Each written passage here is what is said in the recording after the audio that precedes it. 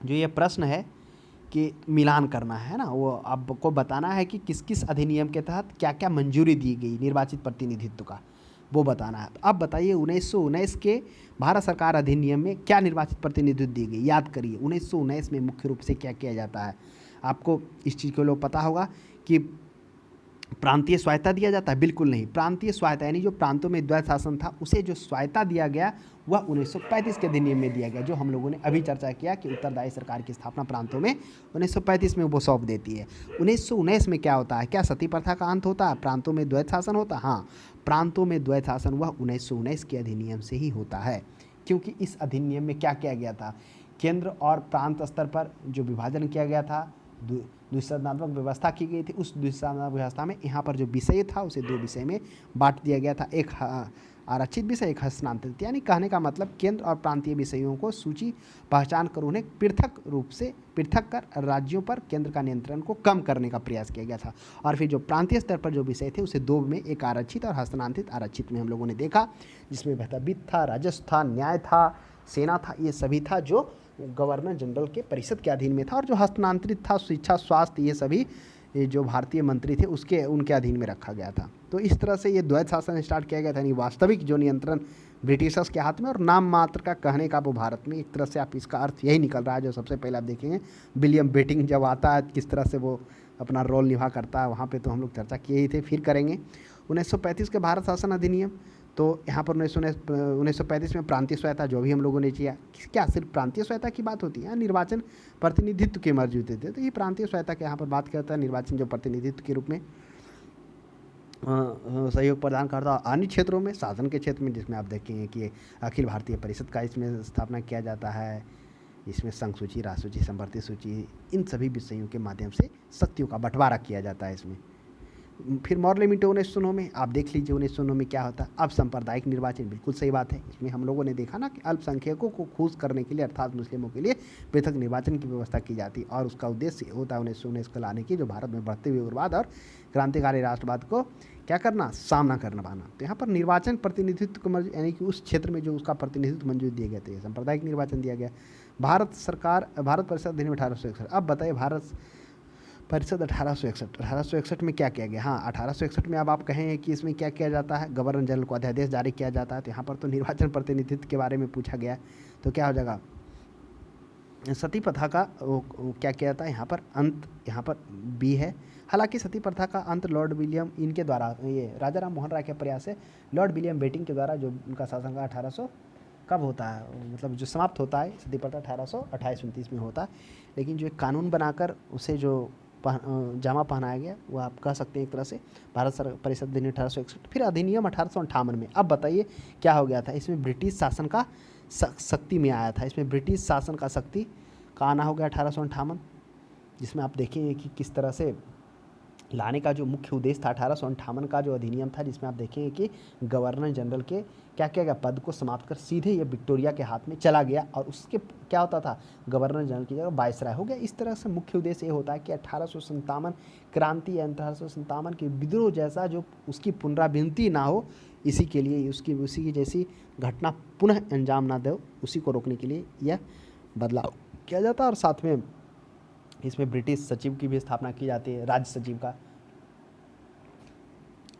तो इस तरह से ये मिलान हम लोगों ने देख लिया। अभी इसमें देखिए अखिल भारतीय महासंघ स्थापित करने का प्रावधान शामिल किया गया। अब देखिए अखिल भारतीय जो संघ है, अब अखिल भारतीय महासंघ, अभी हम लोग चर्चा की कि अखिल भारतीय महासंघ, जिसमें हम लोगों ने देखा केंद्र और राज्य इकाइयों के बीच उसमें सूचियों का बंटवारा किया गया, यानी 3 सूची रखा गया, संघ सूची, राष्ट्र सूची और संवर्ती सूची, जिसके माध्यम से शक्तियों का बंटवारा किया गया। हालांकि अब शीर्ष शक्तियाँ क्या है, वह वायसराय को दिया गया, तो वो बात अलग है, जिसमें हम देखेंगे कि चीफ कमिश्नर प्रांतों, देशी रियासतों को मिलाकर एक अखिल भारतीय संघ की स्थापना। तो अखिल भारतीय संघ की स्थापना हुआ भारत सरकार अधिनियम 1935 के अंतर्गत में यह प्रावधान किया गया। क्या सिर्फ अखिल भारतीय महासंघ की स्थापना? नहीं, आपको पता होगा कि भारत शासन अधिनियम 1935 जो था भारत का एक महत्वपूर्ण यानी उत्तरदायी सरकार के गठन के लिए एक मील का पत्थर साबित हुआ है। सबसे विस्तृत और लंबा दस्तावेज था, जिसमें 321 अनुसूची और 321 धाराएं और 10 अनुसूचियां शामिल थी, जिसमें से और भी प्रांतों में द्वैत शासन को हटा दिया गया और फिर केंद्रों में द्वैत शासन को ला दिया गया। तो प्रश्न ये भी बन सकता है कि इस तरह से फिर केंद्र में वो व्यवस्था लागू कर दिया गया प्रांत से हटाकर। फिर 11 राज्यों में से 6 में द्विसदनात्मक व्यवस्था की गई। 11 प्रांतों में से रिजर्व बैंक का भी स्थिति में स्थापना होता है, संघीय न्यायालय का स्थापना होता है, जो इसके तहत 1937 ईस्वी में संघीय न्यायालय की स्थापना किया जाता है।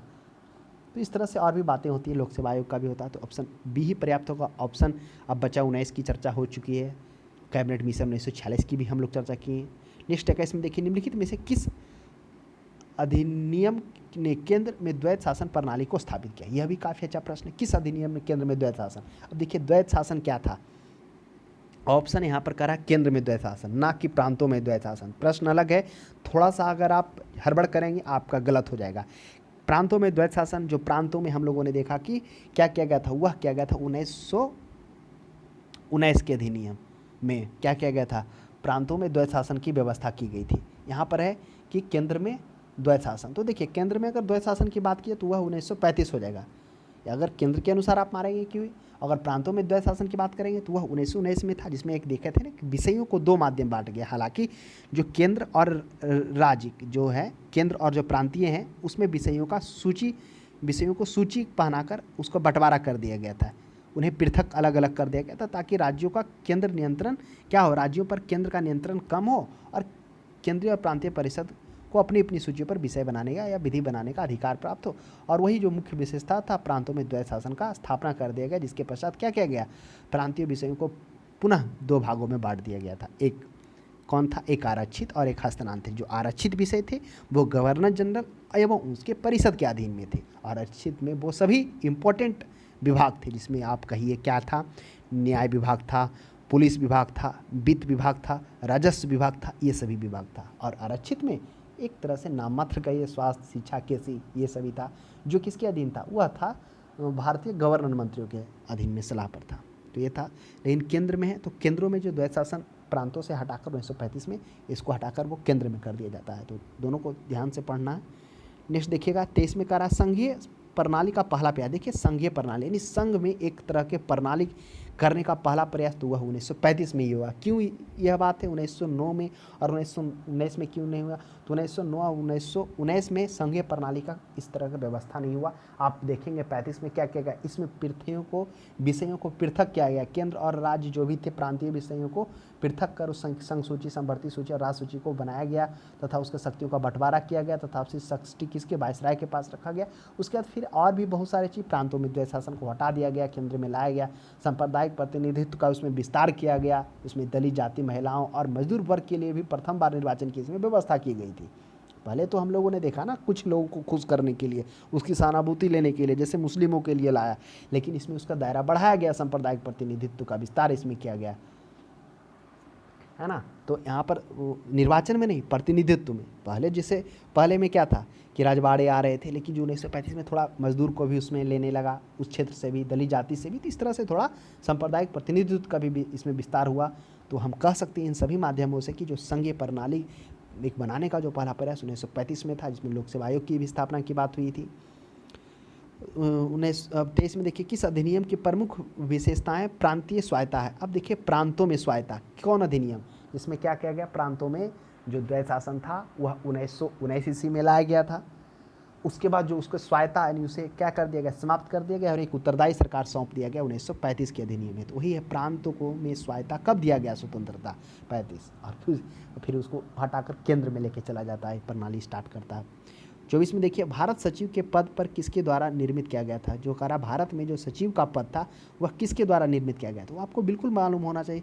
भारत शासन अधिनियम 1958 ईस्वी में। 1958 में क्या होता है, मुख्य उद्देश्य यही होता है कि 1857 के विद्रोह जैसी घटनाओं का पुनरावृत्ति ना हो, इसके लिए यह अधिनियम लाया जाता है, जिसमें वायसराय, गवर्नर जनरल का पद को हटा दिया जाता और सीधे जो है महारानी को या महारानी विक्टोरिया के अधीन यह क्या जाता, भारत का शासन चला जाता और उनके प्रतिनिधि में एक गठन किया जाता गवर्नर जनरल की जगह वायसराय, जो उसका प्रतिनिधि होगा महारानी विक्टोरिया का। और इसमें क्या कहता है, जो है ये क्या कहता है, जो इस तरह तो गवर्नर जनरल तो हटा ही दिया जाता है, यानी जो नियंत्रण बोर्ड था, कोर्ट ऑफ कंट्रोल और court of director, board of control और कोर्ट ऑफ डायरेक्टर, इन दोनों को हटा देकर क्या कर देता है, भारत के लिए एक भारत राज्य सचिव का गठन किया जाता है, जो क्या होगा, जो भारत प्रशासन मतलब भारत के लिए काम करेगा। फिर आप देखेंगे कि वो जो होगा भारत सचिव जो होगा उसके खर्चे के लिए भारत से ही धन लेगा, इस तरह से एक व्यवस्था कर दिया जाता है। तो वह होगा 1858 का ही अधिनियम होगा। उसके बाद तो फिर भारत सचिव होता है। किस भारत सरकार अधिनियम के तहत पहली बार विधायिका में कुछ निर्वाचित प्रतिनिधियों की मंजूरी दी गई। काफ़ी अच्छा प्रश्न है। कह रहा है कि भारत सरकार के अधिनियम में विधायिका में कुछ निर्वाचित प्रतिनिधि, यानी जो विधि बनाने का जो कार्य था, जो हो रहा था विधायिका में, अब उसमें कुछ निर्वाचित प्रतिनिधि की मंजूरी दी गई। अब वो कौन था, अब आप बताइए कि 1858 में पहला प्रयास करा पहली बार, तो वह 1909 का ही होगा ना। इसमें से आप देखेंगे 1909 में क्या किया गया कि जो 16 था पहले वहाँ पर बढ़ाकर क्या किया गया, सदस्यों की संख्या इसमें थोड़ा बढ़ाया गया, जो क्या हो गया 60 सदस्य से क्या हो गया, वह 1909 है ना, उसमें 60 सदस्य था, है ना। तो इसी में प्रयास किया गया, जिसमें आप देखेंगे कि मुस्लिमों के लिए थोड़ा पृथक निर्वाचन की व्यवस्था की गई, मतलब उसके लिए एक निर्वाचन की व्यवस्था की गई। तो ये करा विधायिका में कुछ निर्वाचित के लिए, चाहे जो भी माध्यम हो, एक तरीका से तो इसे सहानुभूति देकर लाने का प्रयास किया गया। तो एक प्रयास हम कह सकते हैं कि जो है वह भारत शासन अधिनियम 1909 ईस्वी का जो पहला प्रयास होता है विधायिका में कुछ निर्वाचित प्रतिनिधित्व की मंजूरी दिए जाने की।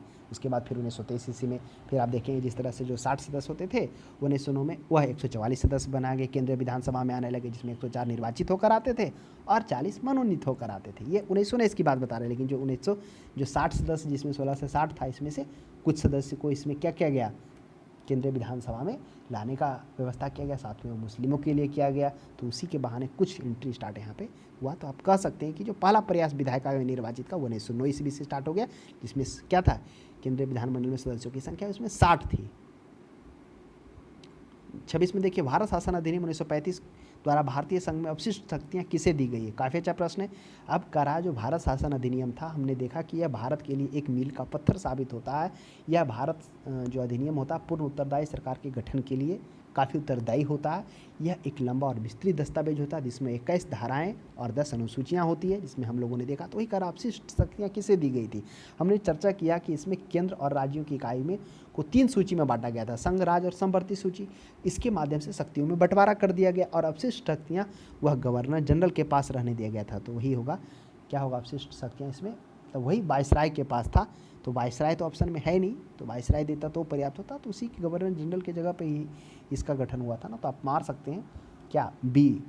हाँ, बगो अगर नहीं रहता तो हम लोग इनमें से कोई नहीं मारते, तो वो भी चलता, क्योंकि यहाँ पर संघीय विधानमंडल है, प्रांतीय विधान, तो गवर्नर जनरल यानी वायसराय को ही रहने दिया गया था, अवशिष्ट शक्तियाँ उसमें नहीं थे। तो ये था, हम लोगों ने चर्चा किया विभिन्न अधिनियम किस तरह से 1773 का रेगुलेटिंग एक्ट, 1786 का, फिर आप अधिनियम से किस तरह से जो एक्ट किया उसके बाद अधिनियम बना। तो उन सभी के बारे में हम लोगों ने विस्तार से चर्चा किया। अब हम लोग किसी अगले टॉपिक के साथ मिलते हैं, तब तक हमारे क्लास को देखने के लिए धन्यवाद।